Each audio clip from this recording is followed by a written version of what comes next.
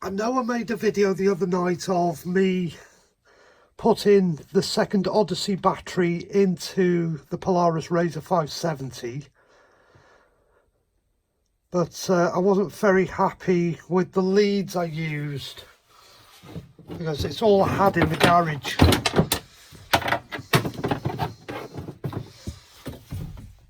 This is one of the leads I used and it's extremely long, and I didn't want to leave that lead in, and I definitely didn't want to leave that lead in, because as you can see I only had to get from here to here and there to there. And I did say in the video I was going to make up some new leads, which I've done today. So this is the final incantation of the dual batteries.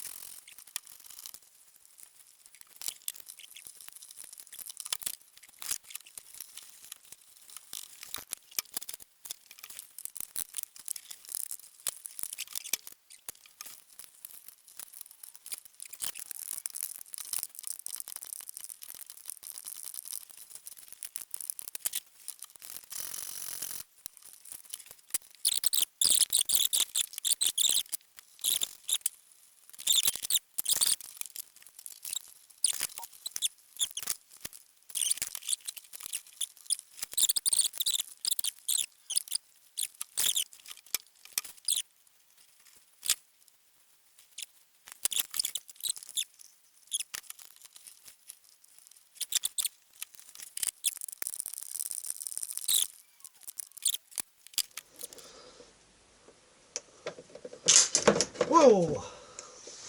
I was going to try not to do that. I knew it would happen sooner or later. I'm quite good at things like that. Much safer when that's on there.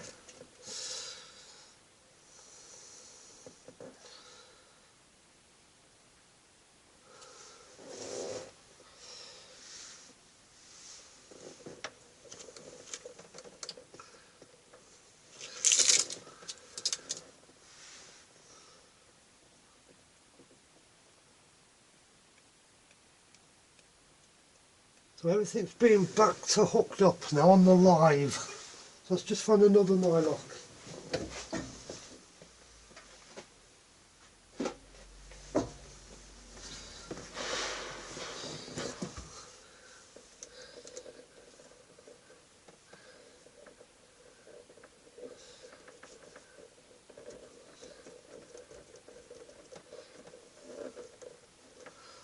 That's always scary when you do that, when you play with electrics. It's easy done.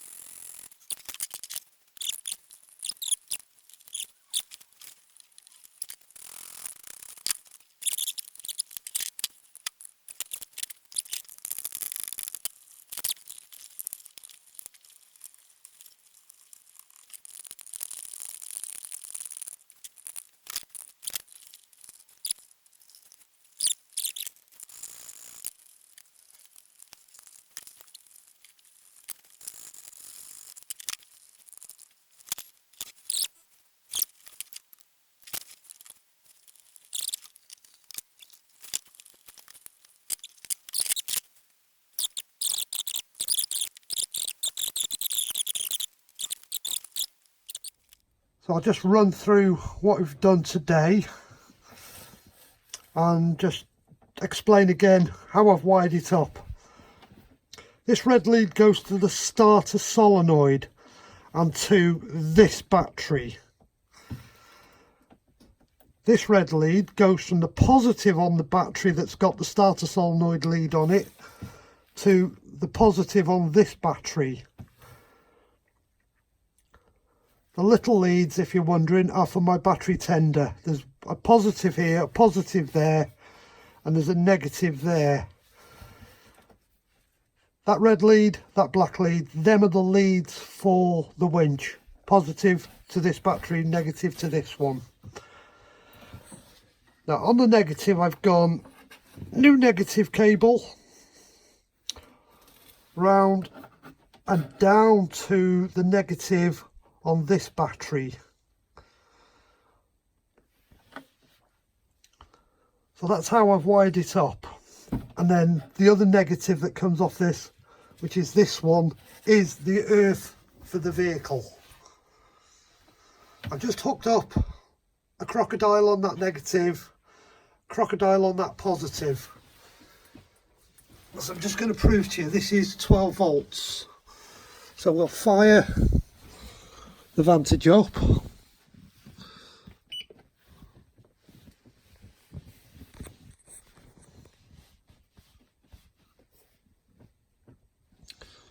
Which will wake up in a second.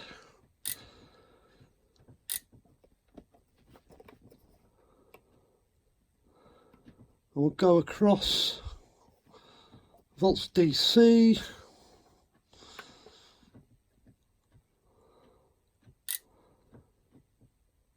And as you can see, them two batteries linked together are giving me 13.25 volts as an average.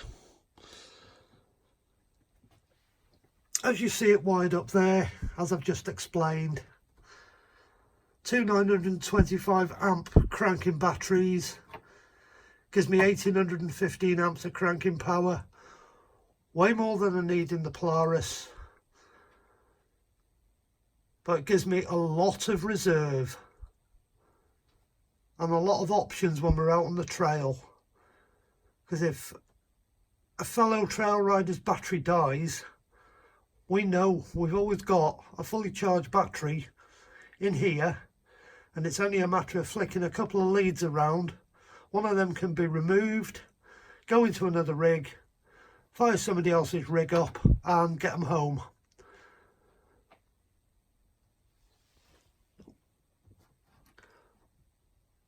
So 12.72 it's levelled out at, good voltage. I'll flick the ignition off, let everything shut down, and they will now resume charging.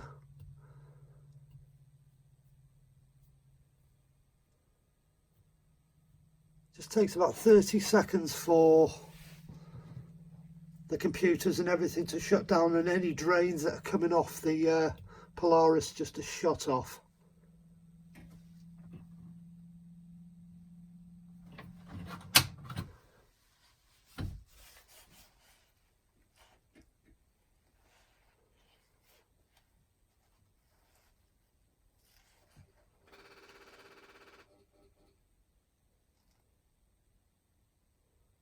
Just heard all the clicks and the beeps and the relays clicking. Now then batteries are taking charge again. So that'll be ready for the morning. So that's how you do a dual battery setup on one of these side-by-sides. And no, you don't need a fancy multimeter stroke voltmeter stroke lab scope that I'm using here to check voltages. Any voltmeter will do for checking what I've just checked.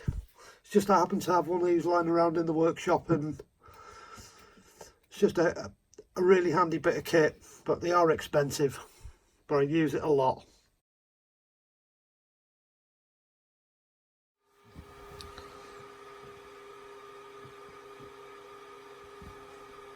Well, we're back to the dual battery setup, and I'm just going to nuke my batteries. I'm just put them on the big battery charger for a little bit at 15 amps, and I'm going to charge them for 5 minutes, and then I'm going to turn the lights on for 5 minutes and watch the drain on the batteries.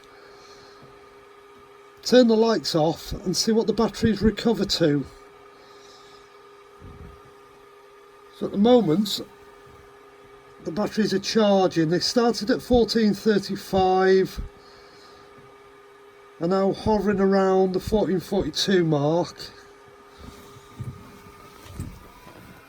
Charger's down there, kicking 14.6 volts into it at 15 amps. So I'm going to leave that on until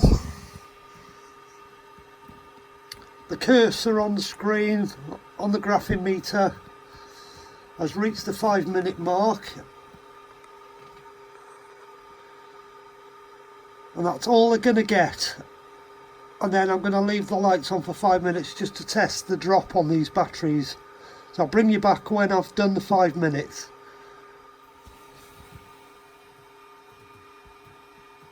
We're not even got to the 5 minutes and the battery charger has now finished nuking the batteries, has dropped to 6 amps,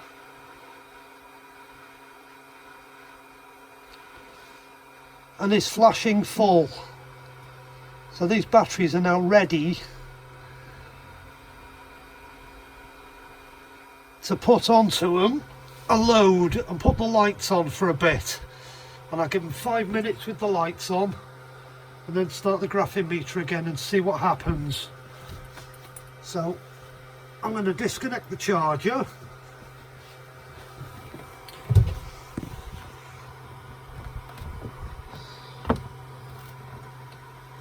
which is showing full.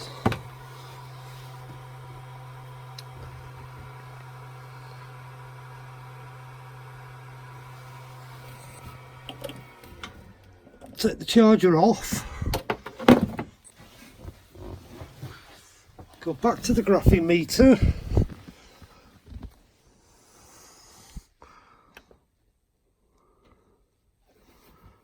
start afresh, 5 minutes, so we've got 5 minutes, come out of it totally. Volts DC is what I'm going for. Get it loading. I'm set up for 5 minutes on the 20 volt scale. Voltage there to watch. Graphing meters coming across. We'll turn the lights on. They've just come on. And we'll leave them for 5 minutes. After 5 minutes, we'll see what the voltage is. So we started at 1356 with the lights on. You will get a draw on the battery and it will drop.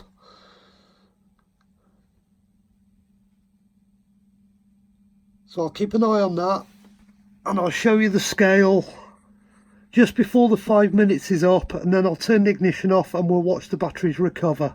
Well, I'm now about halfway through the battery drain test with the lights on, and the voltage is now 12.51, so that's after 5 minutes. I know we're at 3 minutes now and at 12.5, so give it another 2 minutes and we'll see what the voltage ends up at. And when I turn the ignition off, we'll see what they recover to. So again, I'll bring you back in another 2 minutes. So the 5 minutes is nearly up. We're just getting towards end of the screen. So let's turn the key off, turn the lights off.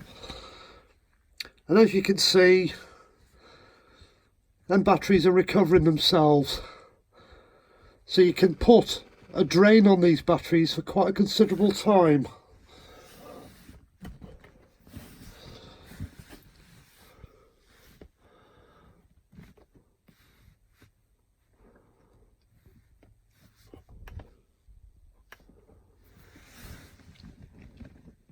I pushed the wrong button then.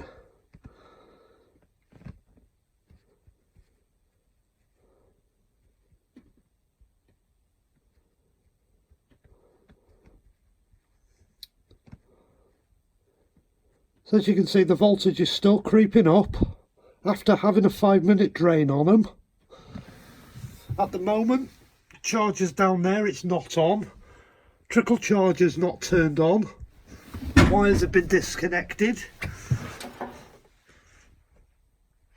That's the wire for the trickle charger, so that's not connected. So them batteries are just standalone at the moment.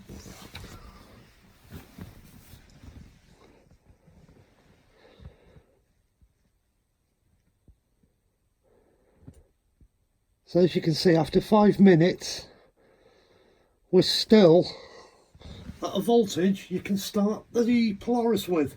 We turn the ignition on. I'm not going to start, it's too late at night. But there's nothing wrong with the voltage there to start this Polaris. The screen on the dashboard says 12.6 volts. So that's plenty enough to start it. So yes, these Odyssey batteries have got a really, really good capacity on them. And I don't think you'd have to worry about even leaving your lights on for half an hour. Which, when I've got more time one night, I'm going to do to see what the drain is on them, but I'm happy with them at that stage. So I'm going to chuck the trickle charger back on now and leave them overnight.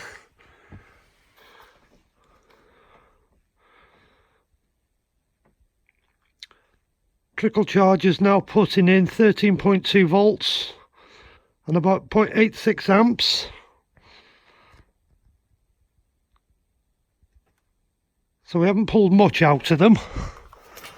So we'll leave that on overnight.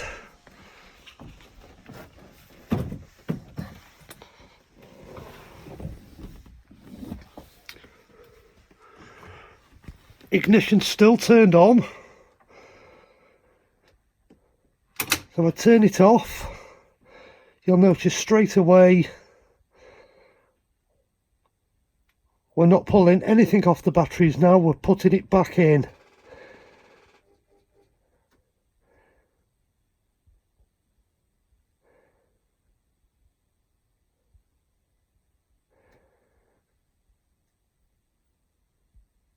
And they're taking charge nicely.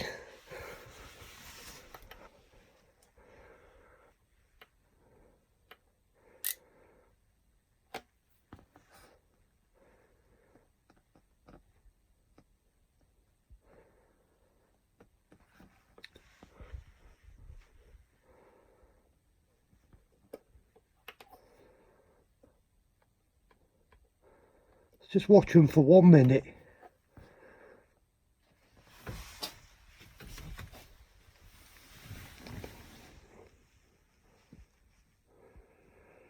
And they will climb very, very quickly.